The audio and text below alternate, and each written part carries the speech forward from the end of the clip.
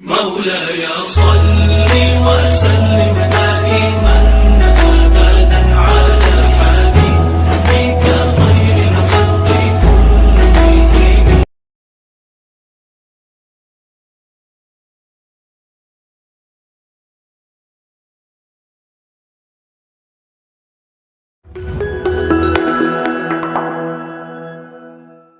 السلام عليكم. نحمده ونصلي على رسوله الكريم. أما بعد، أعوذ بالله من الشيطان الرجيم. بسم الله الرحمن الرحيم. انفروا خفافا وثقالا وجاهدوا بأموالكم وأنفسكم في سبيل الله، ذلكم خير لكم إن كنتم تعلمون. وقال النبي صلى الله عليه وسلم: أمرت أن أقاتل الناس حتى يقولوا لا إله إلا الله.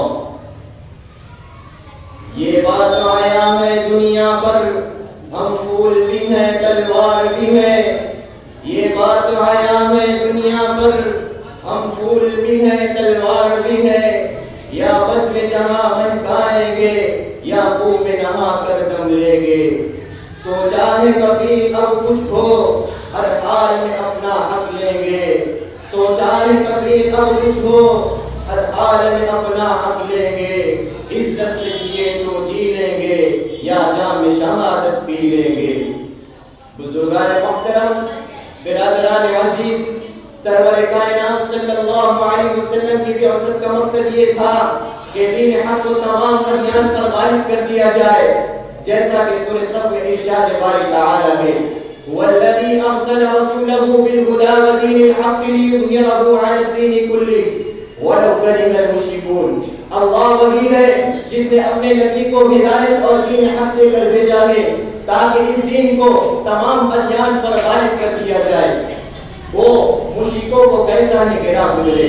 مسلمانوں، ایک وقت تھا دنیا کے ظالموں نے، اسلام کے دشمنوں نے، رب کے باغیوں نے یہ تصور کر لیا تھا کہ رب کی بنائی ہوئی سرزمین پر 360 خداؤں کی عبادت کی جائے گی، ستاروں کو پوجا جائے گا، سورج کے سامنے سجدہ کیا جائے گا، دریا اور سمندر کو رب مانا جائے گا.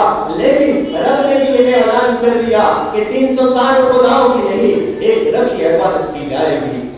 دنیا کے ظالم، ہم نے رب کا نام جب بھی لیا تھا جب دنیا نے اس رب کے بھیجے ہوئے نبیوں کی آواز کو دبانے کی کوشش کی.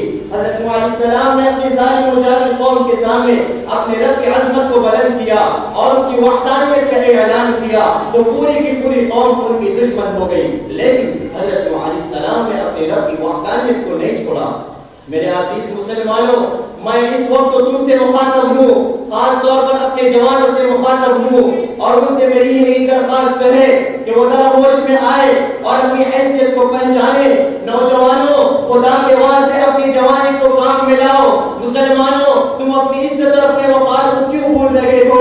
رب نے تو تمہیں کہا ہے وَأَنْتُمُ الْأَعْلَوْنَ إِن كُنتُم مُؤْمِنِينَ، تم ہی سربلند رہو گے اگر تم مومن ہو. حضرت موسیٰ علیہ السلام تشریف لائے، اللہ نے ان کو تورات عطا کی لیکن ان کی امت کو لقب نہیں ملا. حضرت داؤد علیہ السلام تشریف لائے، اللہ نے ان کو زبور عطا کی لیکن ان کی امت کو لقب نہیں ملا. حضرت عیسیٰ علیہ السلام تشریف لائے، اللہ نے ان کو انجیل عطا کی لیکن ان کی امت کو لقب نہیں ملا. بڑے بڑے انبیاء تشریف لائے جن کو اللہ تبارک و تعالی نے کتاب و رسالت عطا کی لیکن ان کی امت کے لیے کسی کتاب یا صحیفے کے اوراق میں ان الفاظ کا استعمال نہیں کیا گیا. اگر غیر امت کا شرف حاصل ہوا تو شاہ کون و مکہ، تاجدار مدینہ، آقا نامدار محمد رسول اللہ صلی اللہ علیہ وسلم کی امت کو حاصل ہوا. اگر لقب ملا تو اس امت کو ملا. مسلمانوں، تم اپنی شریعت کا جنازہ خود نکال رہے ہو. تمہیں تو نبی کے چہرے سے بھی نفرت معلوم ہوتی ہے.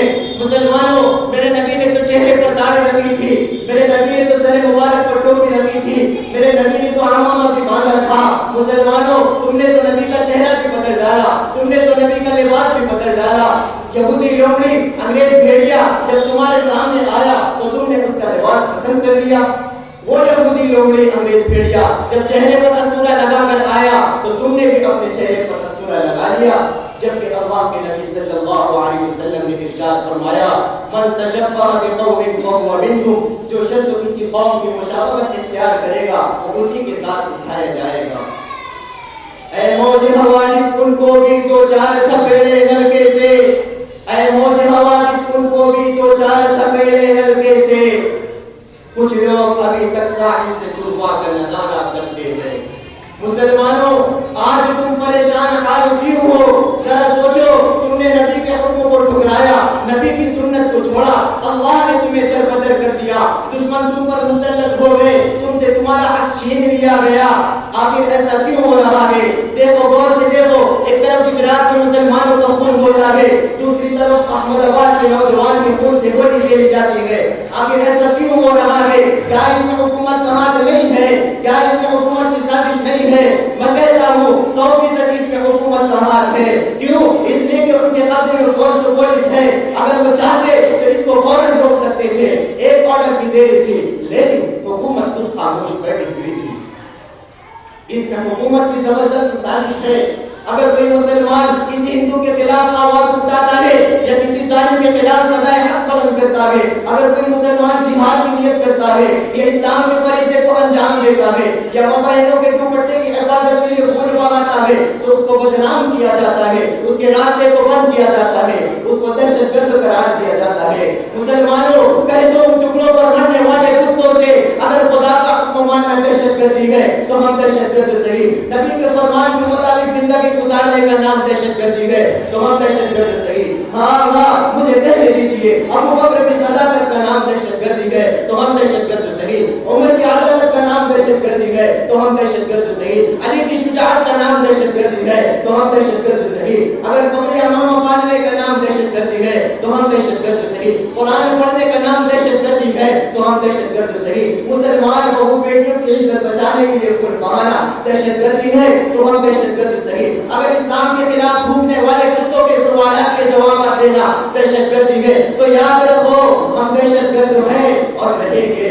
اے اسلام کے پاسبانوں آج فیصلہ کر کے بتاؤ، کیا قرآن جھوٹا ہے؟ کیا میرے نبی کا فرمان جھوٹا ہے؟ اگر نبی اور یقیناً نہیں تو سنو، آج ہمارے ملک کے اس قدر سنگین حالات میں ہم نے مانا کہ آج جہاد کی مکمل شرائط موجود نہیں، لیکن کیا تمہارے منہ میں زبان نہیں کہ تم صدائے احتجاج بلند کر سکو؟ کیا تمہارے قلم میں اتنی طاقت نہیں کہ تم حالات کو ختم کر کے مسلمانوں کے اندر جوش و جذبہ پیدا کر سکو اور ان کو مستقبل کے لیے تیار کر سکو؟ اے مرد مسلم، تم کی دین مدین کے محافظ ہو، نبی صلی اللہ علیہ وسلم کی تعلیم کے مبلغ ہو، اے بانی حرم فرزند ابراہیم، ایک مرتبہ دین کی تعمیر کے لیے اٹھو اور اپنی گہری نیند سے بیدار ہو جاؤ۔ سن لو، ہمارا ایک ہی نعرہ ہے، ہم محمدی تھے، محمدی ہے اور محمدی رہیں گے۔ آج مسئلہ کسی ایک مدرسے کا نہیں ہے یا کسی ایک جامع کا نہیں ہے، آج تو مسئلہ علوم اسلام کی فقہ و تحفظ کا ہے۔ آج پوری انسانیت اسلام کے لیے قسم کھا چکی ہے، خندق کی آگ میں کودنے کے لیے، بداخلاقی کے دلدل میں ڈوبنے کے لیے تیار ہے۔ ایسے نازک وقتوں میں ڈوبتی کشتی کا ملا آپ کے سوا کوئی نہیں، اور امت کی شکستہ حال کو خوشحالی میں تبدیل کرنا آپ کی ذمہ داری ہے۔ وآخر دعوانا ان الحمد للہ۔